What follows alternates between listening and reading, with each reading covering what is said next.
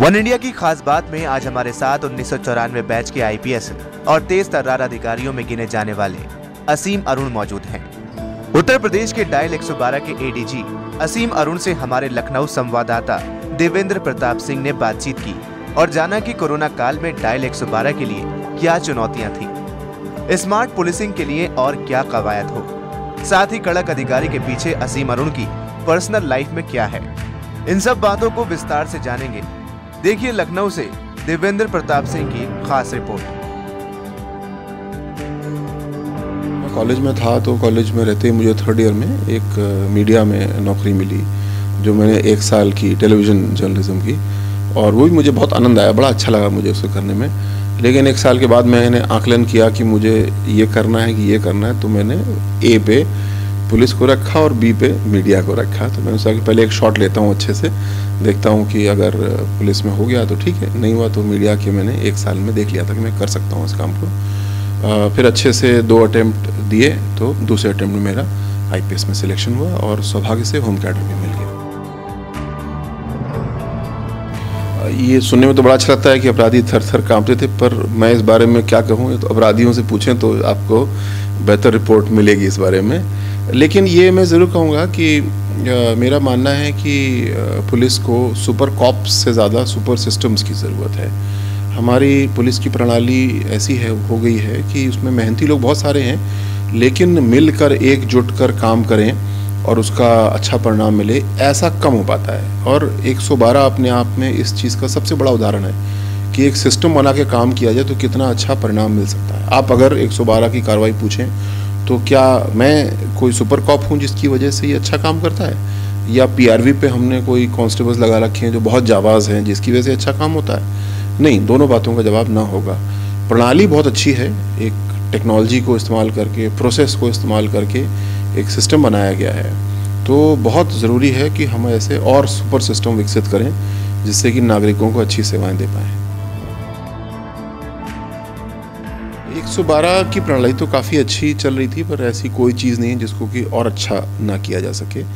तो इसके लिए हमने सारे जो मॉडर्न मैनेजमेंट के सिद्धांत हैं उनको अप्लाई किया और देखा कि कहाँ कहाँ पे हमारा सुधार का स्कोप है, कहाँ कहाँ पे वेस्टेज हो रहा है हमारे काम में, और उसके ज़रिए हम लोगों ने सुधार करने की कोशिश की।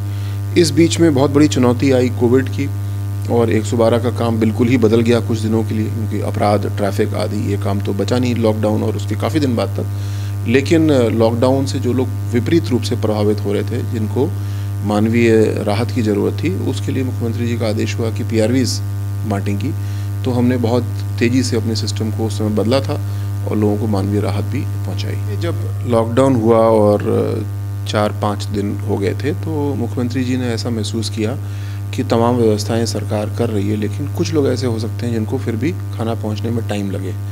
तो इस पे आकलन हुआ कि क्या इस काम को 112 को दिया जा सकता है। तो हम लोगों ने महसूस किया कि हमारे पास उस समय स्पेयर कैपेसिटी थी, क्योंकि क्राइम वगैरह बिल्कुल बंद था। तो इस पे सहमति हुई। अब कैसे इसको इम्प्लीमेंट किया गया, इस पे विज्ञापन दिए गए, भिन्न भिन्न तरीके से बताया गया। मीडिया ने आपने बहुत रिपोर्ट किया कि अगर कोई खाने से वंचित रह जा रहा है, दवाई से वंचित रह जा रहा है, तो 112 पे फ़ोन करें। और हमारे पास उस समय करीब 35 से 40 हज़ार कॉल्स पर डे आते थे इन्हीं चीज़ों के। तब कंपैरिजन के लिए बताऊंगा कि आजकल जैसे अगर देखें तो 14 से 15 हज़ार कॉल पर डे हमको आ रहे हैं मदद के लिए, और उस समय 35 से 40 हज़ार आ रहे थे खाना, दवाई, इन चीज़ों के लिए। तो बहुत बड़ा काम ये एक जनरेट हो गया था, और उसके लिए स्वयंसेवी संस्थाओं के माध्यम से आ रही राहत और जनपद प्रशासन की ओर से आ रही राहत, दोनों को गाड़ियों में रखा जाता था और जहाँ जहाँ से कॉल आते थे वहाँ पे राहत पहुँचाई जाती थी।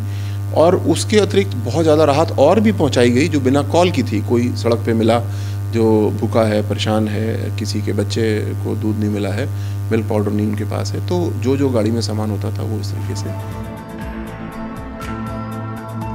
उसको हम यूँ लेते हैं। ऐसे कुछ कॉल आते हैं, लेकिन जैसे मैं बताया करीब अगर एक दिन में 14,000-15,000 कॉल आते हैं, तो महीने में 1-2 कॉल ऐसे आते हैं। जैसे अभी एक कॉल आया, एक व्यक्ति ने फ़ोन किया कि मैंने एक चूहा पाला हुआ है और मेरे चूहे के पैर में दर्द हो रहा है, ऐसे कुछ था।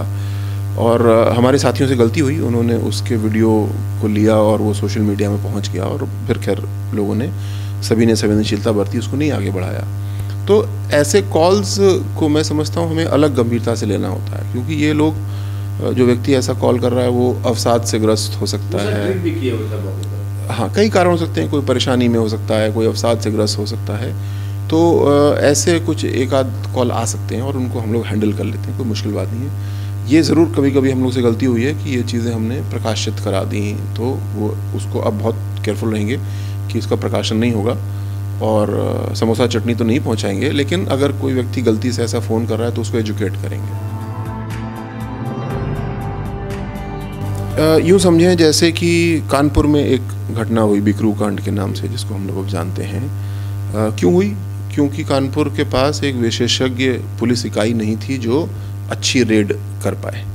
तो ये रिक्वायरमेंट हर जनपद की है और बड़े जनपदों की छोटे जनपदों से ज़्यादा है कि ऐसे अपराधी जिनके पास में अच्छे हथियार हैं, वो पुलिस के ऊपर गोली चलाने में चूकेंगे नहीं, तो उनको सामान्य थाना पुलिस दबिश हैंडल नहीं कर सकती और अगर कोशिश की जाएगी तो चोट लग सकती है, नुकसान हो सकता है। इसको हल करने के लिए जनपद स्तर की राष्ट्र की पहली ऐसी जनपदीय टीम थी जिसको special weapons and tactics team का नाम दिया गया। उसमें 20 ऐसे बहुत होशियार कांस्टेबल सब इंस्पेक्टर्स को रखा गया और वो इस तरह के ऑपरेशन को संपादित करते थे।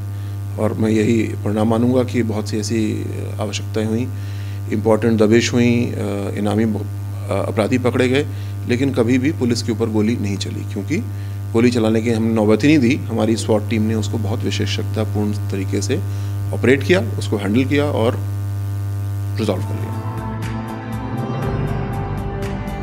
दोनों ही पोस्ट बड़ी रोचक हैं और एटीएस में एक छोटा कार्य क्षेत्र था बट बहुत महत्वपूर्ण था कि कुछ अगर एक चूक हो गई तो अंतर्राष्ट्रीय बदनामी होगी। यहाँ पे रोज़ हम 14,000 15,000 लोगों की मदद करते हैं, लेकिन वो छोटी छोटी मदद होती हैं। किसी का झगड़ा हुआ, किसी ने पत्नी को पीटा, इन चीज़ों को हम सॉल्व करते हैं। अब आप तराजू में तोल सकते हैं कि वो महत्वपूर्ण है कि ये महत्वपूर्ण है, ये संतोषजनक है। इसलिए मैंने आपसे पूछा है। ये संतोषजनक है। सो दोनों बहुत संतोषजनक हैं, दोनों, लेकिन दोनों अलग हैं, दोनों भिन्न हैं। हाँ, ये ज़रूर है कि दोनों बहुत विशेषज्ञता वाले काम हैं। वैसे देखें तो हर काम में विशेषज्ञता, आप मेरा इंटरव्यू ले रहे हैं, ये भी तो एक बहुत विशेषज्ञता वाला काम है। अच्छा इंटरव्यू ले रहे हैं क्योंकि आपने अपने आप को विकसित किया है। तो इसी तरीके से पुलिस में भी जो भी काम हो, चाहे हम जनपद में हो या होमगार्ड्स के आईजी या एडीजी हों, तो हर जगह विशेषज्ञता की बहुत महत्व है। तो ये थे हमारे साहब अरुण सर, जिनकी काफ़ी मुलाकात बात किया। मैं लखनऊ से देवेंद्र प्रताप सिंह।